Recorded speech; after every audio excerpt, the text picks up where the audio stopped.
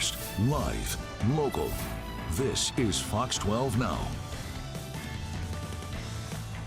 Everyone, this is Fox 12 Now. I'm Greg Dibler. Thank you very much for joining us today. Wherever you're watching, we do appreciate it. Of course, we are live streaming here every weekday, starting at 1 p.m. Pacific, covering a wide range of topics on this show. We're live streaming on our social media channels. We're live streaming on the website, and of course, via the Fox 12 Oregon app, and I do recommend downloading that. But something we're going to be talking about all this week, and we already were even last week, is the return of Formula E to Portland coming up this weekend. It's huge, and it's going to be coming back here. There are so many different events associated with it, but of course, the big races are the premium event around all of this.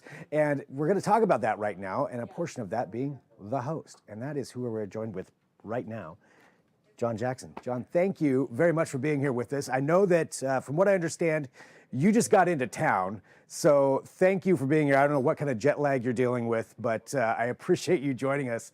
And, to start off with that, can you just tell us a little bit about yourself and, what you do here with Formula E? Yeah, of course. Thanks for having me on the show, Greg. I have had a nice little walk around Portland just now. Found a nice brunch spot, so I'm feeling like a local already.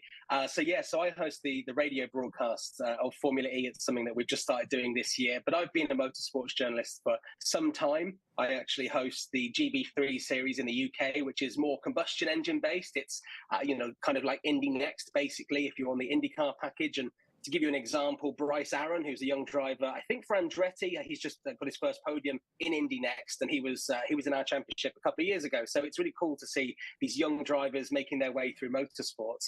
But other than hosting motorsports and hosting Formula E, I also host PGA Tour Golf. I've been to several Super Bowls as well. I'm a Jacksonville Jaguars fan, which isn't very successful when you're talking about football. And I also host Premier League soccer over in the UK. And again, my team, Nottingham Forest, are in the Premier League, but they don't really contribute much. So yeah, I'm really lucky. I get to travel a lot with sport, and it's great to be here in Portland to see for the second year now just how exciting this race is and how the locals are really coming to enjoy watching a slightly different style of racing that Formula E offers. Yeah, I mean, well, I think that's really fascinating too, just all of those different sports that you are covering. I mean, that's a lot to just switch even in your head, switching gears, switching tempos, I would imagine, who the different audiences are. And I'm sorry about the Jacksonville Jaguars thing, but, what can you do? But when it comes to Formula E, what is it to you that stands out to Formula E? What makes it so much different than some other motorsports? Well, I think in the United Kingdom, we're kind of brought up on Formula One, which I know is massive around the world now. But when it comes to the style of racing in Formula One, it's very tactical, it's very strategy driven, which Formula E is as well. But with Formula One, it's generally a procession, and the best driver in the best car will always generally win. So we see that at the moment with Max Verstappen. When you look at Formula E, aside from the technical differences with these being all electric cars that have some fantastic stats, and actually, for people who don't think that maybe electric cars can cut it against the combustion engine cars, honestly, you should get in one and experience some of the acceleration. But when you have this style of racing in Formula E, we have 4 races left in the season this year. We have 2 races here in Portland, then we go to London for the finale. And we don't know who's going to win the championship. Formula One's pretty much decided already. We know who's going to win. So the thing that really attracted me to Formula E, not only was it quite new, and as I was learning about electric mobility and sort of getting a car myself that I drive around in the UK that's electric powered, actually this different style of racing, this kind of unknown, we can watch a race on Saturday and, for example, the championship leader, Nick Cassidy, could win that race. And then on Sunday, you can attend the Portland International Raceway and you have no idea who's going to win, because it's not a dead cert that Nick Cassidy will just win again because he's the best driver at the moment, necessarily in the best car. It's such an open playing field, and that's what I think drew me to Formula E. It's really exciting to watch, and also the races are slightly shorter, and if you're of the social media generation, actually going and watching a race that is under an hour long, but you also get to watch a practice and qualifying in the same day. It's a really nice day out, and it gives you nice breaks in the day to go and enjoy some of the hospitality. I know that Pip's Donuts, apparently that's a big thing around here. They're going to be there present this weekend with some special donuts. So for me, it really is a traveling circus, and the sporting element of it is the unknown, and I love the unknown. I like that idea too, as you just mentioned, that you can experience so much in an afternoon, and especially I would think that for Formula E, this may be bringing in a lot of newer racing fans that maybe haven't tried it out before, or this is their first experience with it. Yeah, I was here last year for the first time, and obviously I've known of this track for years. I've heard of the famous moment with Michael Andretti that we actually discussed because Michael has a team in Formula E, and we discussed sort of his history at the track. And I was surprised actually because when you race in a new area, Formula E had traditionally been racing in Florida and New York. You kind of, you have that situation where you don't really know how the locals are going to take to it. And actually, I was wowed by, the Oregon locals and maybe from other states, but I don't know if we're allowed to talk about other states on this show. So let's just stick with Oregon. A lot of fans who maybe come and watch IndyCar there, have certainly enjoyed watching other types of racing. They really embraced Formula E. And I think that those fans that went last year will surely be going again this year because it was really, really thrilling. And also we have 2 races this year as well. So I'm hoping they've told their friends. And if you are obviously watching this now and you think, you quite fancy coming along, tickets are still available. They're all relatively reasonably priced as well, which is another great thing with that Formula E do. It really is a sort of affordable family day out. And I would liken it maybe the style of racing more to NASCAR. It's generally like a pack race and a lot of wheel-to-wheel contact. Maybe not as much as NASCAR, but then you've got that moment where someone will break away for the lead, and then it's very, very exciting to finish. But also the qualifying format that happens on the same day, as I mentioned, that's kind of like a shootout. It's not just one long qualifying and eventually someone starts on pole position. It's much more of an American-style racing qualifying, which, in my opinion, is a little bit more exciting to what we're used to over in Europe. Well, and looking at this, from the Formula E standpoint, as maybe somebody who has come out to some of these previous races where it is, combustion engine powered races, which a lot of people are used to, what is the experience like for the fan going to something that's like this, an E race compared to what those other races are like? We'll get the elephant in the room out of the way, and that is the sound. Now, actually, after Portland last year, I went on to Mid-Ohio and watched some IndyCar for the first time, and another dream for me. And yes, you do get that sound of those huge petrol engines and, the gas engines, and it's very exciting. But Formula E obviously sounds different. You have to approach it knowing that it is going to sound completely different. I think the thing I love about Formula E is that you can actually hear the tyres more.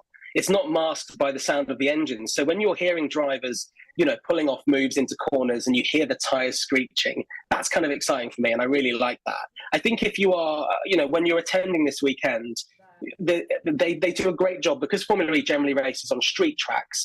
We've seen a lot more permanent circuits like we've got here in Oregon. And I think that the street track's a little bit tricky because you're putting them in the middle of city centres and the viewing points are always a little bit tricky. When it comes to these street tracks, there's obviously, great facilities at the local racetrack. So, you're going to have a great view. You're going to have a really good time. And Formula E are great at giving you a lot to do while the race isn't on because, obviously it's a day out. So there's sim racing that you can go and do. You can go and get your Pips Donuts. There's also in the local brewery has done an IPA Formula E branded beer, which you can have if you're over the legal age of drinking. I've just seen it actually in a bar here. So it's great to see that it's really being embraced in the city. And, you can meet drivers. It's very accessible. Last year, there were some celebrities here. It was Will Smith's son was hanging out here because he's very into the technological side of it. It's Jaden. And, he was in a car that he designed. So there's a lot of cool stuff going on. And I think, I think you're probably used to that in America because certainly from my experience of American motorsports, accessibility and getting autographs from drivers is something that's very important to people, and it is kind of expected. And, if you tried to do that at Formula One, you'd stand no chance. You'd get nowhere near them in Miami. So for me, if you want to come and maybe if you've got kids and you want to inspire them to get into motorsports or become racing drivers themselves, there's ample opportunity to meet these heroes. And also there's a great thing called Girls on Track as well, which is encouraging young female drivers to get into motorsports. So, for me, it's something that, if you like motorsports or if you just like sport and you like something different, I think it's a really good option for you this weekend. Yeah, and I think you touched on a few things right there. I mean, as far as maybe Americans being used to having some kind of accessibility, but if you look at some of the major sports like NBA or NFL, that's really not going to be there that much. And so this is something that, you can experience it right here in town, but also, as you mentioned, you can, Jaden Smith was back there last year, and just having people like that get involved. So when you look at it from the scope of things, there was something else you touched on about the fact that this is a fixed race, a fixed course, not going through a city like the other ones are. So Portland in the pantheon of the Formula E circuit, where does it stand out in that? And, what is something that you think makes this one, I guess, unique compared to where else it is that you race? Yeah, so if you look at the American races that were before, it used to be in Brooklyn, in New York, for a long period of time. I think the longest amount of time that it's been in one place, because Formula E tends to move around. When you look at putting a track into a city centre, things happen, redevelopment happens, it gives you headaches. And obviously that's a good excuse to move the race to somewhere else. And that's why we came to Portland for the first time last year. When you look at the track from a driver's point of view, a lot of these drivers they've been on the European circuits, they've been on the F3, F2, some of them are former F1 drivers as well. They're used to these road tracks, as we would call it, a racetrack. So, for them, it's kind of what they grew up doing. So as much as these drivers do love, the closeness of being against the walls in city centres, it is really cool because, they're kind of going back to where they cut their teeth. They're getting to go on a proper racetrack, one with some serious heritage as well, I have to say, and they're having, an all-out race. And, these Formula E cars go up to 200 miles per hour. They're not slow. Electric mobility has made massive increases soon. And actually, the new car that they're introducing next season will accelerate a third faster than a Formula One car. So 1.82 seconds from 0 to 60 miles an hour. So, the technology is something else that keeps me so thrilled by this, because it is always advancing. And weirdly, that sort of change next year isn't even a new generation of car. That's just kind of like a mid-generation upgrade. So when it comes to Generation 4, which will be in 3 years' time, I can't even imagine what they're going to do, but it's going to be futuristic and probably even faster, which will suit tracks like Portland even more. Well, and that's got to be another thing too, especially from the broadcasting, from the hosting standpoint, is keeping up not only with how the races are going and everything that's happening with that, but with these technological advancements. So, what is that like for you to be able to maintain that knowledge as well and be up to date with these upgrades, let alone this Gen 3, Gen 4 stuff that's going to be coming down the line? I think I'm very lucky that because I'm traveling around the world with this championship, you get to know drivers on a personal level, you get to know mechanics on a personal level, and team bosses and people from the FIA, which is the governing body. So you start to learn how and why things work. For example, there was a small sensor on the front of the cars that for about a year I was unsure about what this sensor did, because before the race, when it's normally quite hot, they'll always put a little hat on it. So like a sort of upside down, sort of like a pie casing. It's very strange, and they've all got their own special one. And I was, it's the kind of thing where you can just go and ask someone what that does, and they gave me an answer, and it was far too technologically advanced for me, but some kind of sensor. And obviously, if they get it too hot before the race, they don't know what's going on, so they need to level it out. And I think that's another thing about it. If you're a fan, you can chat to a driver about their car and why it works in a certain way, and they're more than happy to tell you, because these cars are not all about power. There is a real skill to managing your tires, but also managing your energy in these cars. And some of these drivers are the best drivers in the world, because you have to have so many things going on. I think it's probably makes a lot of sense that a lot of these drivers are really good sim racers as well. They're used to the kind of computer side of things where you've got to manage loads of things, because they are basically driving a computer, which is also a car. And so for me, it's good to keep in the garages and not just hide away in the air-conditioned media center and do my job, to go and have these conversations. But I want to make it very clear that that's what I love for fans as well, because you can just go and chat to people when they have autograph sessions and when they've got pit lane access. And I think that it really adds to the experience if you're curious about the technology.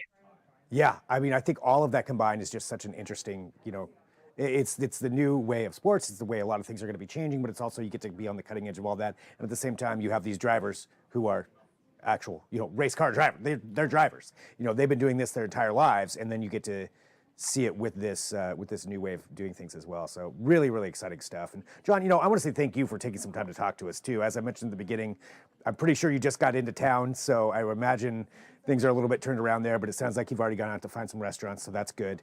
If you need any help with that, please let the audience help you, because there's lots of advice. Hey, you can add me on social media. Send me ideas. I hear the Pickles game is always a good night out in Portland, so I think that's Friday night sorted.